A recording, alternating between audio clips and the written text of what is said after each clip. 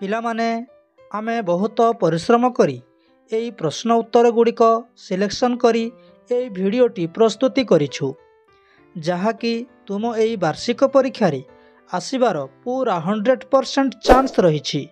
ସେଥିପାଇଁ ଏହି ସୁଯୋଗକୁ ହାତଛଡ଼ା ନ କରି ତୁରନ୍ତ ଏହାର ଲାଭ ଉଠାଅ। ତେବେ କେଉଁ ସବୁ ପ୍ରଶ୍ନ ରହିଛି ଆସ ଦେଖିବା। ପ୍ରଥମ ପ୍ରଶ୍ନ, ବନ୍ଧନୀ ମଧ୍ୟରୁ ଉପଯୁକ୍ତ ଉତ୍ତର ବାଛି ଶୂନ୍ୟସ୍ଥାନ ପୂରଣ କର। ପ୍ରଶ୍ନ ନମ୍ବର 1ରୁ 4 ପର୍ଯ୍ୟନ୍ତ। ପ୍ରଥମ ପ୍ରଶ୍ନ, ବାୟୁମଣ୍ଡଳ ସର୍ବୋଚ୍ଚ ସ୍ତରଟିର ନାମ କ'ଣ? ଏହାର ଉତ୍ତରରେ ତୁମେ ଲେଖିବ ପିଲାମାନେ ଏକ୍ସୋସ୍ଫିୟର। ଏଇଟିକୁ ଏହି ଶୂନ୍ୟସ୍ଥାନରେ ଲେଖିବ। ପରବର୍ତ୍ତୀ ପ୍ରଶ୍ନ, ଉଭୟ ୟୁରୋପ ଓ ଏସିଆ ମହାଦେଶରେ ଡେକ୍ସ ଦେଶଟି ଅବସ୍ଥିତ। ଏହାର ଉତ୍ତରରେ ତୁମେ ଲେଖିବ ପିଲାମାନେ ରୁଷିଆ। ଏହାକୁ ଏହି ଉତ୍ତର ସ୍ଥାନରେ ଲେଖିବ। ପରବର୍ତ୍ତୀ ପ୍ରଶ୍ନ, ଲାକ୍ଷାଦ୍ୱୀପ ଡେକ୍ସରେ ଅବସ୍ଥିତ। ଏହାର ଉତ୍ତରରେ ତୁମେ ଲେଖିବ ପିଲାମାନେ ଆରବ ସାଗର। ଏହାକୁ ଏହି ଉତ୍ତର ସ୍ଥାନରେ ଲେଖିବ। ପରବର୍ତ୍ତୀ ପ୍ରଶ୍ନ ଅଛି, ପୂର୍ବଘାଟ ପର୍ବତମାଳାର ଉଚ୍ଚତମ ଶୃଙ୍ଗ ଡେକ୍ସ ଓଡ଼ିଶାରେ ଅଛି। ଏହାର ଉତ୍ତରରେ ତୁମେ ଲେଖିବ ପିଲାମାନେ ଦେଓମାଳି। ଦେଓମାଳି ଏହି ଶୂନ୍ୟସ୍ଥାନରେ ଲେଖିବ। ପରବର୍ତ୍ତୀ ପ୍ରଶ୍ନକୁ ଯିବା। ପ୍ରଥମ ଶବ୍ଦ ଦ୍ୱୟର ସମ୍ପର୍କକୁ ଦେଖି ଦ୍ୱିତୀୟ ଶବ୍ଦ ସହ ସମ୍ପର୍କିତ ଶବ୍ଦଟିକୁ ଲେଖ। ପ୍ରଶ୍ନ ନମ୍ବର 5ରୁ 9 ପର୍ଯ୍ୟନ୍ତ। ତେବେ 5 ନମ୍ବର ପ୍ରଶ୍ନ କ'ଣ କହୁଛି ଆସ ଦେଖିବା। ୟୁରୋପ ଉପଦ୍ୱୀପ, ଅଷ୍ଟ୍ରେଲିଆ। ଏହାର ଉତ୍ତରରେ ତୁମେ ଲେଖିବ ପିଲାମାନେ ଏଇଠି ଦ୍ୱୀପ ଲେଖିବ। ପରବର୍ତ୍ତୀ ପ୍ରଶ୍ନ, ଆକ୍ଷାଂଶ ଜଳବାୟୁ ଦ୍ରାଘିମା କ'ଣ ହେବ? ଏହାର ଉତ୍ତରରେ ତୁମେ ଲେଖିବ ପିଲାମାନେ ସମୟ। ଏଇଠି ଲେଖିବ ସମୟ। ପରବର୍ତ୍ତୀ ପ୍ରଶ୍ନ, ସୁନ୍ଦରୀ ଜୁଆରିଆ ଅରଣ୍ୟ ପିଆଶାଳ। ଏଇଠି କ'ଣ ହେବ ପିଲାମାନେ? ଏଇଠି ତୁମେ ଲେଖିବ କ୍ରାନ୍ତୀୟ ପର୍ଣ୍ଣମୋଚୀ। କ୍ରାନ୍ତୀୟ ପର୍ଣ୍ଣମୋଚୀ।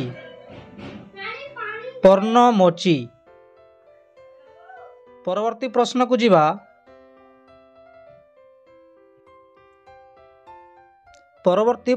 ଯିବା।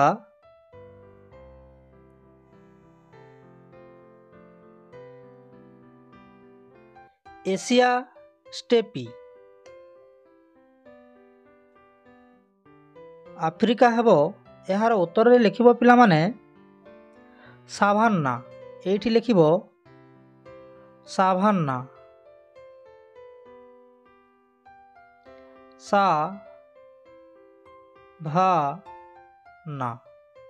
ସାଭାନ୍ନା। ପରବର୍ତ୍ତୀ ପ୍ରଶ୍ନ ଅଛି, ଏକଶିଙ୍ଗିଆ ଗଣ୍ଡା ଆସାମ। ଏସିଆ ସିଂହ। ଏହାର ଉତ୍ତରରେ ତୁମେ ଲେଖିବ ପିଲାମାନେ ଗୁଜୁରାଟ। ଏଇଠି ଲେଖିବ ଗୁଜୁରାଟ। ପରବର୍ତ୍ତୀ ପ୍ରଶ୍ନ ଅଛି, 4ଟି ସମ୍ଭାବ୍ୟ ବିକଳ୍ପ ମଧ୍ୟରୁ ଠିକ୍ ଉତ୍ତର ପାଖରେ ଠିକ୍ ଚିହ୍ନ ଦିଅ। ପ୍ରଶ୍ନ ନମ୍ବର 10ରୁ 13 ପର୍ଯ୍ୟନ୍ତ। ଏବେ 10 ନମ୍ବର ପ୍ରଶ୍ନ କ'ଣ କହୁଛି ଦେଖିବା। ପୃଥିବୀର ଅନୁସ୍ୱର ଅବସ୍ଥାନ କେଉଁ ମାସରେ ହୋଇଥାଏ? ଏହାର ସଠିକ୍ ଉତ୍ତରଟି ହେଉଛି ଜାନୁଆରୀ। ଖ ନମ୍ବରରେ ଠିକ୍ ଚିହ୍ନ ଦେବ। ପରବର୍ତ୍ତୀ ପ୍ରଶ୍ନ, ନିମ୍ନୋକ୍ତ ଦେଶଗୁଡ଼ିକ ମଧ୍ୟରୁ କେଉଁଟି ଦକ୍ଷିଣ ଆମେରିକାର ଏକ ଦେଶ ଅଟେ? ଏହାର ଉତ୍ତରରେ ତୁମେ ଲେଖିବ ପିଲାମାନେ ପେରୁ। ପରବର୍ତ୍ତୀ ପ୍ରଶ୍ନ ଦେଖିବା। ପରବର୍ତ୍ତୀ ପ୍ରଶ୍ନ ଅଛି, ନିମ୍ନୋକ୍ତ ଦେଶଗୁଡ଼ିକ ମଧ୍ୟରୁ କେଉଁଟି ଦକ୍ଷିଣ ଆମେରିକାର ଏକ ଦେଶ ଅଟେ? ଏହାର ଉତ୍ତରରେ ତୁମେ ଲେଖିବ ପିଲାମାନେ ପେରୁ। ଏଠାରେ ଲେଖିବ ପେରୁ। ପେରୁ ଖ ନମ୍ବରରେ ଠିକ୍ ଚିହ୍ନ ଦେବ। ପରବର୍ତ୍ତୀ ପ୍ରଶ୍ନକୁ ଯିବା। ପୃଥିବୀର ଶୀତଳତମ ସ୍ଥାନ କେଉଁଠି? ଏହାର ସଠିକ୍ ଉତ୍ତରଟି ହେଉଛି ଭୋଷ୍ଟକ୍। ଗ ନମ୍ବରରେ ଠିକ୍ ଚିହ୍ନ ଦେବ। ପରବର୍ତ୍ତୀ ପ୍ରଶ୍ନ, ଚିଲିକା କ'ଣ ପାଇଁ ପ୍ରସିଦ୍ଧ? ଏହାର ସଠିକ୍ ଉତ୍ତରଟି ହେଉଛି ପକ୍ଷୀ ବିହାର। କ ନମ୍ବରରେ ଠିକ୍ ଚିହ୍ନ ଦେବ। ପରବର୍ତ୍ତୀ ପ୍ରଶ୍ନକୁ ଯିବା। ଗୋଟିଏ ବାକ୍ୟରେ ଉତ୍ତର ଦିଅ। ପ୍ରଶ୍ନ ନମ୍ବର 14ରୁ 18 ପର୍ଯ୍ୟନ୍ତ। ପ୍ରଥମ ପ୍ରଶ୍ନ କ'ଣ କହୁଛି? ପୃଥିବୀର ବୃହତ୍ତମ ନଦୀର ନାମ କ'ଣ? ପୃଥିବୀର ବୃହତ୍ତମ ନଦୀର ନାମ କ'ଣ?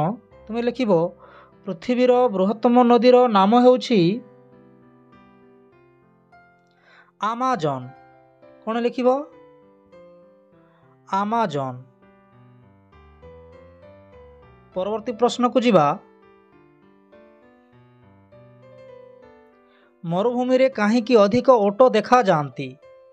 ଏହାର ଉତ୍ତରରେ ତୁମେ ଲେଖିବ ପିଲାମାନେ, ଓଟର ଗୋଡ଼ର ଗଠନ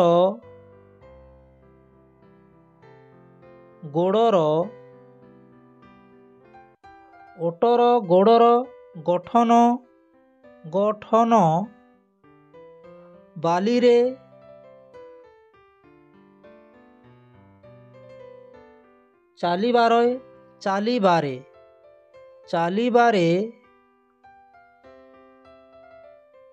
ଚାଲିବାରେ ସହାୟକ ହୁଏ।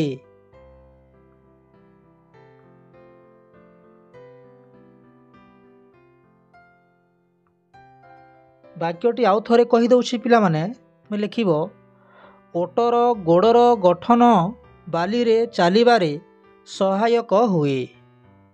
ପରବର୍ତ୍ତୀ ପ୍ରଶ୍ନକୁ ଯିବା। ୟୁରୋପର ପଶ୍ଚିମରେ କେଉଁ ମହାସାଗର ଅଛି? ଏହାର ଉତ୍ତରରେ ତୁମେ ଲେଖିବ ପିଲାମାନେ, ୟୁରୋପର ପଶ୍ଚିମରେ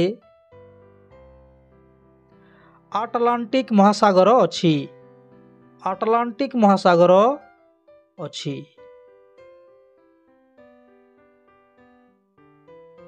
ଆଟଲାଣ୍ଟିକ୍ ମହାସାଗର ଅଛି। ଆଟଲାଣ୍ଟିକ୍ ମହାସାଗର ଅଛି। ପରବର୍ତ୍ତୀ ପ୍ରଶ୍ନକୁ ଯିବା। ଆଣ୍ଟାର୍କଟିକାରେ ଥିବା ଭାରତର ସ୍ଥାୟୀ ଗବେଷଣାଗାରର ନାମ କ'ଣ? ଏହାର ଉତ୍ତରରେ ତୁମେ ଲେଖିବ ପିଲାମାନେ,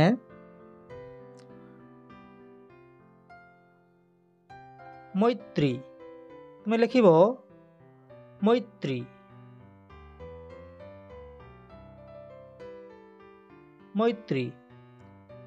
ପରବର୍ତ୍ତୀ ପ୍ରଶ୍ନକୁ ଯିବା। ରାଜସ୍ଥାନରେ ଥିବା ମରୁଭୂମିର ନାମ କ'ଣ? ଏହାର ଉତ୍ତରରେ ତୁମେ ଲେଖିବ ପିଲାମାନେ, ଥର୍ ଲେଖିବ। ରାଜସ୍ଥାନରେ ଥିବା ମରୁଭୂମିର ନାମ ଥର୍। ପରବର୍ତ୍ତୀ ପ୍ରଶ୍ନକୁ ଯିବା। ଭାରତର ରାଜନୈତିକ ମାନଚିତ୍ର ଦେଖି 19ରୁ 23 ନମ୍ବର ପର୍ଯ୍ୟନ୍ତ ପ୍ରଶ୍ନଗୁଡ଼ିକର ଉତ୍ତର ଲେଖ। ଆମେ ସିଧାସଳଖ ପ୍ରଶ୍ନ ଉତ୍ତର ପାଖକୁ ଯିବା ପିଲାମାନେ। 19 ନମ୍ବର ପ୍ରଶ୍ନ କହୁଛି,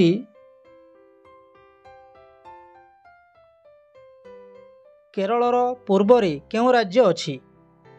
କେରଳର ପୂର୍ବରେ କେଉଁ ରାଜ୍ୟ ଅଛି? ଏହାର ଉତ୍ତରରେ ତୁମେ ଲେଖିବ ପିଲାମାନେ, ତାମିଲନାଡ଼ୁ। ଏଇଠି ଲେଖିବ ତାମିଲନାଡ଼ୁ।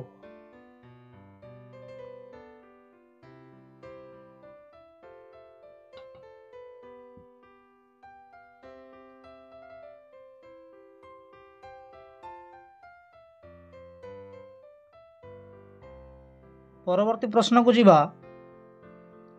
ବଙ୍ଗୋପସାଗର ଭାରତର କେଉଁ ଦିଗରେ ଅଛି? ବଙ୍ଗୋପସାଗର ଭାରତର କେଉଁ ଦିଗରେ ଅଛି? ଏହାର ଉତ୍ତରରେ ତୁମେ ଲେଖିବ ପିଲାମାନେ, ପୂର୍ବ। ଏଇଠି ଲେଖିବ ପୂର୍ବ। ପରବର୍ତ୍ତୀ ପ୍ରଶ୍ନକୁ ଯିବା। କେଉଁ ମୁଖ୍ୟ ସମାକ୍ଷରେଖା ଭାରତ ଦେଇ ଯାଇଛି? ଏହାର ଉତ୍ତରରେ ତୁମେ ଲେଖିବ ପିଲାମାନେ, କର୍କଟ କ୍ରାନ୍ତି। କର୍କଟ କ୍ରାନ୍ତି କର୍କଟ କ୍ରାନ୍ତି। ପରବର୍ତ୍ତୀ ପ୍ରଶ୍ନକୁ ଯିବା। ଓଡ଼ିଶାର ପଶ୍ଚିମରେ ଥିବା ପଡ଼ୋଶୀ ରାଜ୍ୟର ନାମ କ'ଣ? ଏହାର ଉତ୍ତରରେ ତୁମେ ଲେଖିବ ପିଲାମାନେ ଛତିଶଗଡ଼। ଛତିଶଗଡ଼ ଛତିଶଗଡ଼। ପରବର୍ତ୍ତୀ ପ୍ରଶ୍ନକୁ ଯିବା। ଭାରତର ଉତ୍ତରରେ କେଉଁ ଦେଶ ଅଛି? ଏଇଠି ଲେଖିବ ଭାରତର ଉତ୍ତରରେ ଚୀନ ଦେଶ ଅଛି। ଚୀନ। ପରବର୍ତ୍ତୀ ପ୍ରଶ୍ନକୁ ଯିବା। ଭୌଗୋଳିକ କାରଣ ଦର୍ଶାଅ। ପ୍ରଶ୍ନ ନମ୍ବର 24ରୁ 26 ପର୍ଯ୍ୟନ୍ତ। ପ୍ରଶ୍ନ କହୁଛି କ୍ଷୁଦ୍ରମାନ ବିଶିଷ୍ଟ ମାନଚିତ୍ରରେ ସବିଶେଷ ବିବରଣୀ ମିଳିନଥାଏ। ଏହାର କାରଣ କ'ଣ? ପିଲାମାନେ ଏହି ପ୍ରଶ୍ନର ଉତ୍ତର ଆମେ ଏହି ଭିଡ଼ିଓ ଶେଷରେ ଦେଇଛୁ, ନିଶ୍ଚୟ ଦେଖିବ। ପରବର୍ତ୍ତୀ ପ୍ରଶ୍ନ ଅଛି ଆମାଜନ ଅବବାହିକାରେ ଚିରହରିତ ଅରଣ୍ୟ ଦେଖାଯାଏ। ଏହାର କାରଣ କ'ଣ? ପିଲାମାନେ ଏହି ପ୍ରଶ୍ନର ଉତ୍ତର ମଧ୍ୟ ଆମେ ଏହି ଭିଡ଼ିଓ ଶେଷରେ ଦେଇଛୁ, ନିଶ୍ଚୟ ଦେଖିବ ଓ ଲେଖିବ। ପରବର୍ତ୍ତୀ ପ୍ରଶ୍ନକୁ ଯିବା। ୟୁରୋପକୁ ଉପଦ୍ୱୀପ କୁହାଯାଏ କାହିଁକି? ପିଲାମାନେ ଏହି ପ୍ରଶ୍ନର ଉତ୍ତର ମଧ୍ୟ ଆମେ ଏହି ଭିଡ଼ିଓ ଶେଷରେ ଦେଇଛୁ, ନିଶ୍ଚୟ ଦେଖିବ ଓ ଲେଖିବ। ପରବର୍ତ୍ତୀ ପ୍ରଶ୍ନକୁ ଯିବା।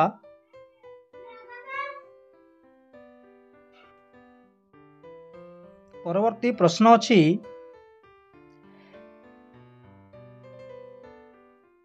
ୟୁରୋପକୁ ଉପଦ୍ୱୀପ କୁହାଯାଏ। ପିଲାମାନେ ଏହି ପ୍ରଶ୍ନର ଉତ୍ତର ଆମେ ଭିଡ଼ିଓ ଶେଷରେ ଦେଇଛୁ, ନିଶ୍ଚୟ ଦେଖିବ ଓ ଲେଖିବ। ପରବର୍ତ୍ତୀ ପ୍ରଶ୍ନ ହେଉଛି ସଂକ୍ଷିପ୍ତ ଟିପ୍ପଣୀ ଲେଖ। ପ୍ରଶ୍ନ ନମ୍ବର 27ରୁ 28 ପର୍ଯ୍ୟନ୍ତ। ଉଲ୍କା ଉଲ୍କା କାହାକୁ କୁହାଯାଏ? ପିଲାମାନେ ଏହି ପ୍ରଶ୍ନର ଉତ୍ତର ମଧ୍ୟ ଆମେ ଏହି ଭିଡ଼ିଓ ଶେଷରେ ଦେଇଛୁ, ନିଶ୍ଚୟ ଦେଖିବ ଓ ଲେଖିବ। ପରବର୍ତ୍ତୀ ପ୍ରଶ୍ନ ଅଛି କ୍ରାନ୍ତୀୟ ବାତାବର୍ତ୍ତ। କ୍ରାନ୍ତୀୟ ବାତାବର୍ତ୍ତ କାହାକୁ କୁହାଯାଏ? ପିଲାମାନେ ଏହି ପ୍ରଶ୍ନର ଉତ୍ତର ଆମେ ଏହି ଭିଡ଼ିଓ ଶେଷରେ ଦେଇଛୁ, ନିଶ୍ଚୟ ଦେଖିବ ଓ ଲେଖିବ। ପରବର୍ତ୍ତୀ ପ୍ରଶ୍ନ ଅଛି ପାର୍ଥକ୍ୟ ଦର୍ଶାଅ। ପ୍ରଶ୍ନ ନମ୍ବର 19ରୁ 30 ପର୍ଯ୍ୟନ୍ତ। ପିଲାମାନେ ଏହି ପ୍ରଶ୍ନର ଉତ୍ତର ମଧ୍ୟ ଆମେ ଏହି ଭିଡ଼ିଓ ଶେଷରେ ଦେଇଛୁ, ନିଶ୍ଚୟ ଦେଖିବ ଓ ଲେଖିବ। ପରବର୍ତ୍ତୀ ପ୍ରଶ୍ନକୁ ଯିବା। ଆବର୍ତ୍ତନ ପରିକ୍ରମଣ। ପିଲାମାନେ ଏହି ପ୍ରଶ୍ନର ଉତ୍ତର ମଧ୍ୟ ଆମେ ଏହି ଭିଡ଼ିଓ ଶେଷରେ ଦେଇଛୁ, ନିଶ୍ଚୟ ଦେଖିବ ଓ ଲେଖିବ। ପରବର୍ତ୍ତୀ ପ୍ରଶ୍ନ ଭାରତର ଉତ୍ତରସ୍ଥ ସମତଳ ଭୂମିରେ ଘନ ଜନବସତି ଦେଖାଯାଏ କାହିଁକି? କିମ୍ବା ଗୋଦାବରୀକୁ ଦକ୍ଷିଣ ଭାରତର ଗଙ୍ଗା କୁହାଯାଏ କାହିଁକି? ପିଲାମାନେ ଏହି ପ୍ରଶ୍ନର ସମ୍ପୂର୍ଣ୍ଣ ଉତ୍ତର ଆମେ ଏହି ଭିଡ଼ିଓ ଶେଷରେ ଦେଇଛୁ, ନିଶ୍ଚୟ ଦେଖିବ ଓ ଲେଖିବ। ପରବର୍ତ୍ତୀ ପ୍ରଶ୍ନ ଆଣ୍ଟାର୍କଟିକାକୁ ଗବେଷଣା ଭାବେ ଯାଉଥିବା ବୈଜ୍ଞାନିକମାନେ ସେଠାରେ ସ୍ଥାୟୀ ଭାବେ ବସବାସ କରିବା ପାଇଁ ଚାହିଁଲେ କେଉଁ ସବୁ ଅସୁବିଧାର ସମ୍ମୁଖୀନ ହେବେ ବୋଲି ତୁମେ ଭାବୁଛ? କିମ୍ବା ତୁମ ଅଞ୍ଚଳରେ ଥିବା କ୍ରାନ୍ତୀୟ ପର୍ଣ୍ଣମୋଚୀ ଅରଣ୍ୟ କ୍ରମାଗତ ଭାବରେ ହ୍ରାସ ହେବାରେ ଲାଗିଛି। ଏହି ଅରଣ୍ୟର ସୁରକ୍ଷା ପାଇଁ ତୁମ ଅଞ୍ଚଳର ଲୋକମାନେ କେଉଁ ସବୁ ପଦକ୍ଷେପ ଗ୍ରହଣ କରିପାରିବେ ଲେଖ। ପିଲାମାନେ ଏହିସବୁ ପ୍ରଶ୍ନର ସୁନ୍ଦର ଉତ୍ତର ଆମେ ଏହି ଭିଡ଼ିଓ ଶେଷରେ ଦେଇଛୁ, ନିଶ୍ଚୟ ଦେଖିବ ଓ ଲେଖିବ। ପରବର୍ତ୍ତୀ ପ୍ରଶ୍ନକୁ ଯିବା। ଯଦି ଚଳିତ ବର୍ଷ ମୌସୁମୀ ବାୟୁ ଦୁର୍ବଳ କିମ୍ବା ପହଞ୍ଚିବାରେ ବିଳମ୍ବ ହୁଏ, ତୁମ ଅଞ୍ଚଳରେ ଏହାର କ'ଣ ପ୍ରଭାବ ପରିଲକ୍ଷିତ ହେବ ବୋଲି ଭାବୁଛ ଲେଖ। ପିଲାମାନେ ଏହି ପ୍ରଶ୍ନର ଉତ୍ତର ମଧ୍ୟ ଆମେ ଏହି ଭିଡ଼ିଓ ଶେଷରେ ଦେଇଛୁ, ନିଶ୍ଚୟ ଦେଖିବ ଓ ଲେଖିବ। ପରବର୍ତ୍ତୀ ପ୍ରଶ୍ନ। ଧନ୍ୟବାଦ ପିଲାମାନେ।